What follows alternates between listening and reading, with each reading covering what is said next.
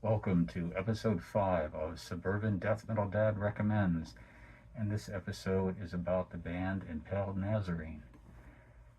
So, first heard Impaled Nazarene in 1993. There was a compilation cassette from a label called JL America, and on this compilation there were a lot of Osmos bands, maybe all of them, I'm not 100% sure, but one of the bands being Impaled Nazarene. And they had the track I'll Perg Vompo along with My Blessing, the Beginning of the End, on the tape, and from their first album, Tolkort Nors Nors Nors. And I did like it. I thought it was a pretty good track, good song, different than what I normally listened to at the time.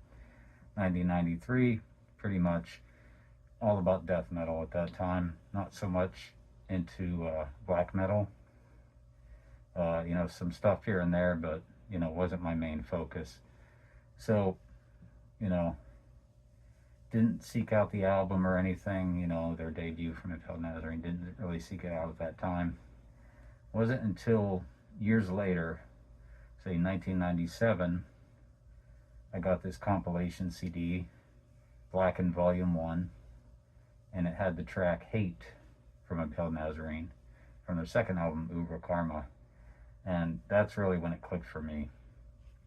Struck a nerve for some reason. There were a lot of good songs on that compilation. It was a 2-disc compilation of black metal, and I would say by far that was my favorite song. So that was the trigger point for me. I'm going to go look for their albums.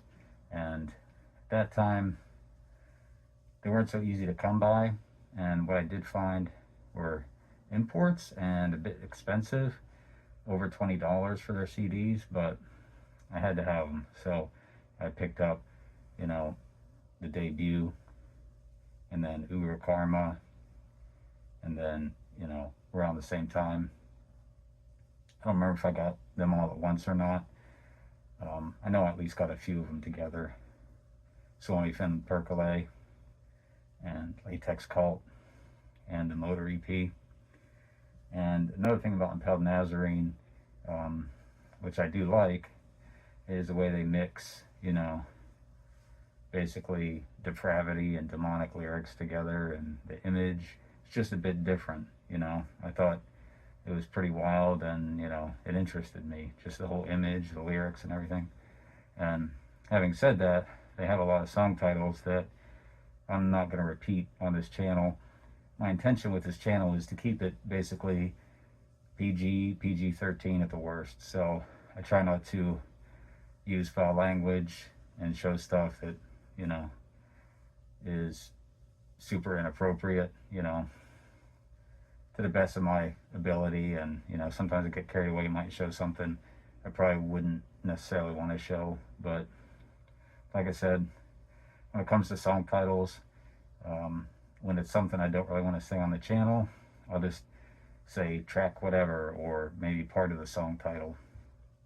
So that's why I say the Motor EP.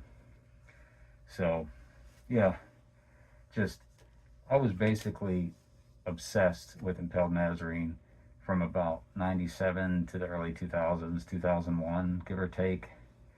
And then, I still buy all their albums, but the period for me where I was really into it were those years from 97 to like 2001.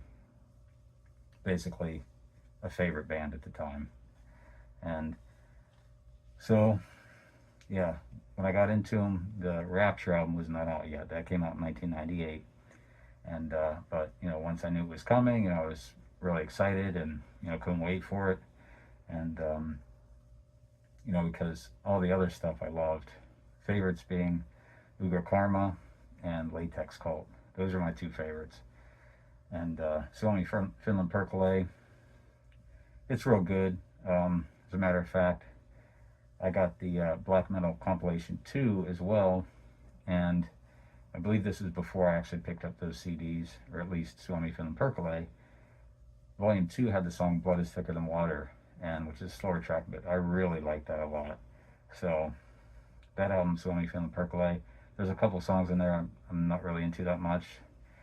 Quas Burning being one, super slow, don't really like that one. Everything else, I guess, is pretty good. There's definitely some good songs on it, but like I said, favorites being the second and the fourth album. So, highly anticipating getting the new album, Rapture, that's coming out in '98. So I end up picking up Rapture, and I think it's a great album, like top to bottom, all great songs. And one thing I didn't really care for too much was the album cover itself. It was not that great, but I don't care so much about that. And I thought the previous productions that they'd had with their first four albums were a lot more suited for Impaled Nazarene. Rapture's production, it's not bad or anything, but there was something, I don't know, maybe with the guitar sound, wasn't my favorite, wasn't quite as brutal. I mean, I don't want to say it had a slick production, but, I would have preferred that album had, a production like one of the earlier albums, but anyway, a lot of great songs on that one. So, and then, fortunately, like I said, I was super into them. Found out they're actually coming to tour in the United States nearby where I was living at the time. So I was going to be able to see them. And I did. And it was just, one of the best shows I've been to. It was a really small club in the city. And my first time going there, I had a little bit of trouble finding it, but I did find it. And what a great show, just really small. The set list, covered, all the albums I was into, everything from the 90s. So, just a great show. And so at that point, that's like 1999. Then in 2000, they released their next album called Nile. And this one, actually, the production went further away from what I liked than what they did on Rapture. And they added a new lead guitarist, Alex Laiho, if that's how you pronounce his name, from Children of Bodom. And it didn't really work for me, personally. I mean, he played a bunch of blazing leads across the album, but up to that point, Impaled Nazarene didn't really have guitar leads. And I didn't think it was really necessary. It kind of changed the band a little bit. I think I would have preferred if they just left it the way it was without the lead guitars. Although, like I said, it's not bad or anything, but I kind of preferred Impaled Nazarene the way they were as a four-piece. Just one guitar, no soloing. But that album does have a lot of good songs on it, so it's, definitely worth picking up. And so then they also released a compilation in 2000, Decade of Decadence, and it's really nice to have that. There's some, unreleased tracks on there, and their demos, and one of the favorite tracks that, was previously released on a compilation, World Domination, from Osmos, I think part 2, if I'm not mistaken, 1 or 2, and the song I Am the Killer of Trolls, and that was a really nice blazing track, recorded around the time of Rapture, and also a cover of Kill Yourself by S.O.D., which was pretty cool. Like I said, some other unreleased stuff, and the demos, Shem Ham for Hash, which doesn't have the best sound, but not not too bad or anything, and the spelled backwards, can't pronounce it backwards, but The Oath of the Goat, which is a pretty good demo. That one has a pretty good sound to it. I do like that one. compared with Shem Hemfarash. So anyway, and then in 2001, they released Absence of War Does Not Mean Peace. And yeah, this one is, it's up there as, one of my favorites. And particularly, like the first three tracks are really good, and the last two are some of my favorites. And, you know, then I think it was 2003 they released All That You Fear. Still a very good album. I like some tracks on that, but this is kind of where I'm more or less, still love all the old stuff from the 90s, and like I said, Absence of War Does Not Mean Peace is still very good, but I'm not super into them like I used to be. And they keep, well, later on they end up changing guitarists quite a few times after original guitarist Yarno leaves the band. That was, I think, Manifest in 2007 was his last album. And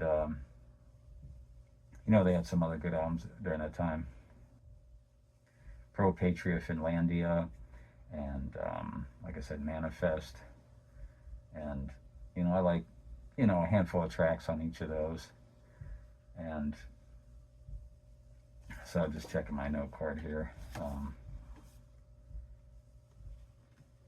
Like I said,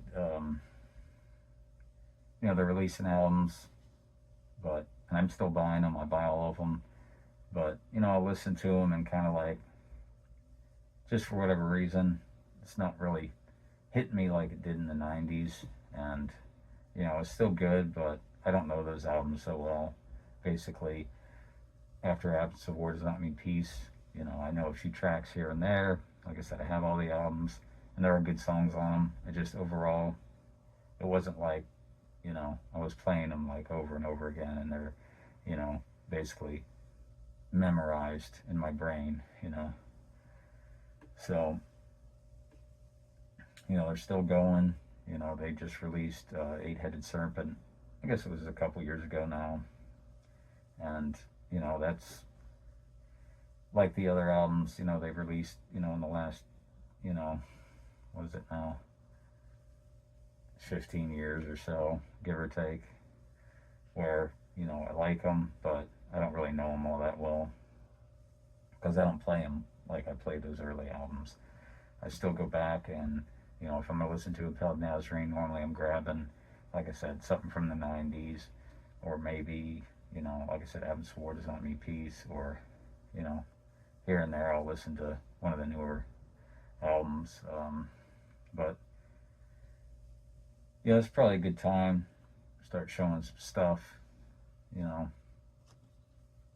Like I said, first listen was that JL America cassette, called Sampler Volume 1, and that was in 1993.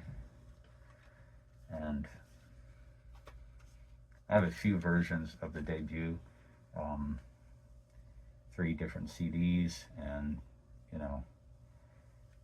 one of them has bonus tracks on it. It has the Sato Goat EP, the Goat Perversion song from the Goat Perversion EP, and then the Oath of the Goat demo. And then on to the second album, which is pretty much my number one, Ugra Karma, and this is the original album art. There's a re-released version, which I have, and it has different artwork because Osmos was sued for using this cover, which was from a book, I believe, and they didn't do that with permission, so they ended up getting sued and had to change the album cover, which the new one's actually pretty cool too. I prefer this one, even though it's really tame, but I don't know, there's just something about it. It's different. I like that it's different, it's not a typical black metal cover,